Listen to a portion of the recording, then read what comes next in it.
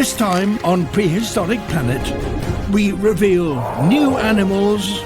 I've always expected that after the success of the Jurassic Park movies that we were going to get documentaries or more movies reminiscent of the high quality style of the dinosaurs that we see in Jurassic Park. So I was certainly tickled to find out that Prehistoric Planet was a thing, and then they recently came out with season 2 upon the time of releasing this video. As of this video, I've only watched episode 1 and 2, and the same style and the same level of quality that we got from the first season is the same level of quality we get in the second season. We've got returning dinosaurs that we saw from the first season, like Zalmoxes, new stories, new places, new situations. It's almost like you're watching a saga with a movie, but you're following different creatures and different situations. The first episode is called Islands, where we see these dirt turds just floating along in a river because they were broken off from some bigger piece of land. And then we watch creatures landing on them and just, for some reason, acting as though there's no other place bigger than these rafts that they could sit on. At that point, it's like some of them are just asking to be eaten. Every shot of the show is just wallpaper. And you also, even though you don't get to follow along these dinosaurs for the whole time, you're sitting there wondering if they're gonna make it. Like, the suspense is real while you're watching this. It's the will they, won't they survive kind of situation. Gets your heart pumping. Poor little dinosaur, is he gonna make it? Oh no, he has to jump into the water. You know, in the situation with this thing swimming as fast as it is, it should have freaking eaten that thing.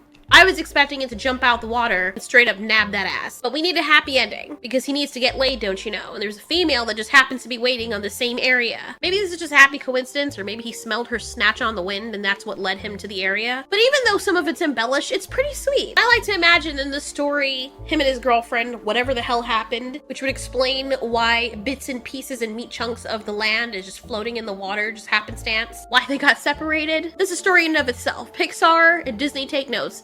Never mind for Disney, because, you know, thing is like 7 feet in the grave already. And then there's this mention of them migrating to other lands. Do they have enough to eat on this flotsam? Like, do they? That's open ocean all the way out there, where there's bigger creatures than that mosasaur that's swimming around. And the mosasaur didn't see these Zalmoxes on this front. It just heard them, and it still wanted to get to them. So I don't know if they're gonna survive all the way out there. I guess we'll see. Or we won't. Then we see these Hadrasaurs with this, like, shovel pitchfork beak. And they're supposedly a smaller version of the common hadrosaurs that we see, or a type of them. As much as I love dinosaurs, half of these guys I've not heard of. So it's really cool watching this and learning about the new dinosaurs. Anyway, they're all having a picnic on this little island that's supposed to be safe. But oh no, freaking Hexagopteryx, kaiju house-sized kites come flying down from the sky, and the first instinct is for the mothers to freaking leave their children. They literally all go, sucks to be you, and just bounce. I get that they're scared, and I imagine from their point of view, they've probably never seen anything like those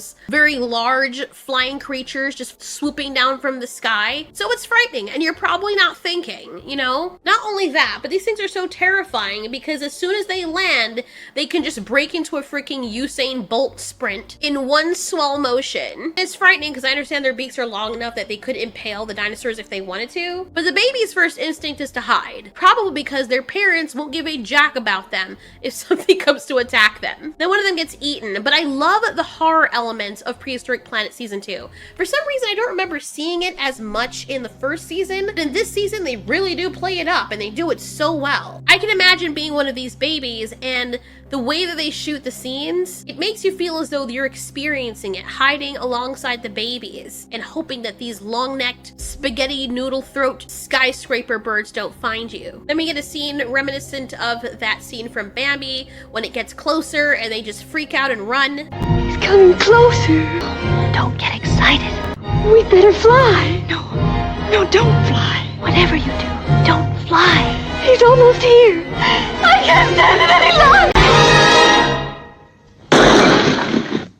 Yeah, remember those old cartoons that weren't afraid to show freaking death? The dark nuances of life and the dramatization of it? Her dead body falling to the ground in front of them as an invisible force that's far away and yet near, that you can't see but you can smell everywhere around you, can kill you from anywhere you are? And flying is supposed to be your only defense to escape danger, and even within the air, without anything being anywhere near you, it suddenly is able to just take your life straight from out of your body and send you hurling to the floor below. That's freaking terrifying, and they did a good job at portraying that in the Bambi movie. And that is why I will always go back and rewatch those old works. This scene played out exactly like that, because all they had to do was stay still, but as the belt strap necked big beak things came closer, of course their nerves got the better of them. I don't know why I like the scene so much, just the way it turns around and its handsome eyes just open like, oh, there you are. Oh well, that was stupid, wasn't it? After the danger is over, the big birds fly. I know they're not actually birds, don't relax. A lot of you get your butts clenched. Mothers call out to their children and have the nerve to be like, are you alright? No thanks to you, Ma. And they just all go back like nothing ever happened after the things leave. They just look to see if the coast is clear, and they're like, alright, back to what we were doing. Like, they didn't almost just lose their lives. Like, how can you eat after that? I also loved the portrayal of these prehistoric ancestors of crocodilians. They're called Samasuchus, and oh boy, first thing I thought about when I saw this was Bowser. You can see the inspiration, like, they look like crocodiles, but they also look like Koopa Troopas. Their faces, the design of them is so cool. I can imagine in some other world, people owning these as some substitute for what we have as canines in our homes. They're so cute. And they're vegetarians. In certain shots, it looks like someone photoshopped a frog and a turtle onto a crocodile body and morphed the two pictures into one. And this is the hybrid result of that. Some of the dinosaur designs, I know they probably looked very close to that, but they just look ridiculous to me. It looks like from something out of Star Wars. One of the least liked dinosaurs for me personally is the Majungasaurus. Like, it just, name of it is so freaking stupid. I don't know why this dinosaur annoys me. It looks like it's wearing a birthday hat. It looks like a birthday cake with one candle on it, except that it's made of hamburger helping. I don't know why. Even when I played like the Jurassic World games and stuff, and I got this dinosaur, I was always so disappointed. Look at it. It looks so stupid. It looks like a homeless person's shoes. Look at its dumb ass. The back of its neck is so naked. Anyway, this situation, I'm actually glad that they get away, and you feel bad for the one that's left out. He's trying to find a hole to burrow in, and everybody is blocking it. So the only thing he can do is hiss and make himself look ridiculous, because if he break dances in front of the dinosaur because the dinosaur's so freaking dumb, it will just get confused. Someday, put it together. What are you doing?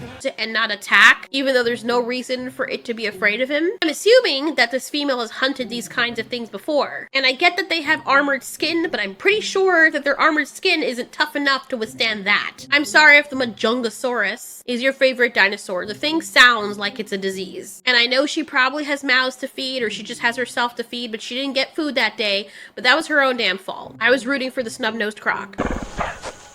The hunter's snout is too broad to reach very far. And her brain is too small. Look at her, just taking up space. Freaking herpes all over her body. I'm sorry, it's not fair, it's not her fault, but goddamn. Every iteration I've seen of this dinosaur so far looks like elephant feet. This is the way that fish look when you cook or boil them and then you serve them on the plate with the head. They then showcase an interesting mammal whose face also leaves a lot to be desired. And I enjoyed seeing her watch over her eggs, because sometimes you forget that back then it was normal for mammals to lay eggs. It's so cute, but it kind of took me out of it when the babies hatch and they're literal mouse pinkies. I know, because I own rodents and I breed them, and that's what the pinkies look like. Those are mouse pinkies. Like, it's just super obvious to me because that's exactly what they look like. Or depending on the macro lens of the camera, I mean, it could be rat pinkies too, but regardless, those are rat or mouse pinkies. But it's cute that they used real pinkies, because I'm pretty sure for small animals that existed back then, it's probably what they would look like if they hatched out of their eggs. However, I don't know why their eyes are still closed. I mean, I guess, because birds hatch out of their eggs and their eyes are still closed too. It's interesting watching her take care of her young,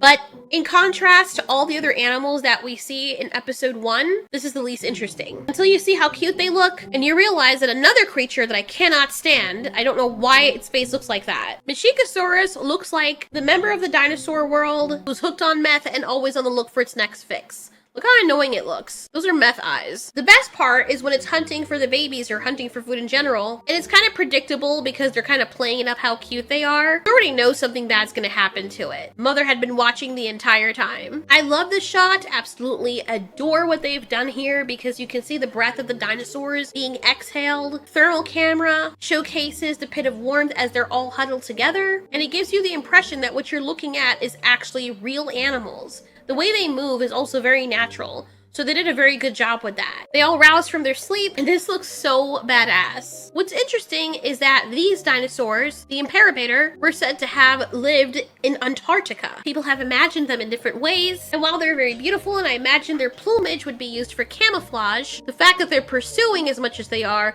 I would have expected there to be a little bit more brighter designs for some of the dinosaurs. And while they're all beautiful, a lot of the Dromio style dinosaurs kind of start bleeding into each other in terms of their design. Gradually, it's evident that they all start to kind of look exactly the same, especially like the raptor-like dinosaurs, even though the babies are so cute here. Regardless of spanning across continents in terms of where they reside, they exhibit this uncanny similarity to each other. And don't get me wrong, their plumage is beautiful, captivating. And I know a lot of them have to match their environment, but I just feel as though their colors would not be as muted, a lot of the dinosaurs, as they appear in most of the depictions. But again, they have to match their environment, so you would have muted colors, but you look at the big cats, you look at the striking designs of these creatures, and even though they may resemble each other, there's still enough differences about them to make them stand out from each other. And I just feel like that's something I'd like to see more of in the dinosaurs. After all, dinosaurs are the ancestors of birds, so it's only logical to expect a more wide range, or at least a greater spectrum of vibrant colors to be showcased on some of these dinosaurs. And it just seems as though more often than not, we're seeing all these dinosaurs even across biomes where more animals would have color, possessing more muted and desaturation versions of themselves. Don't get me wrong, we didn't know what dinosaurs look like, and some of them are very beautiful. I think all the designs are interesting, but it's just something I've noticed. But what I will say is that they do a good job at portraying the dinosaurs in a realistic manner,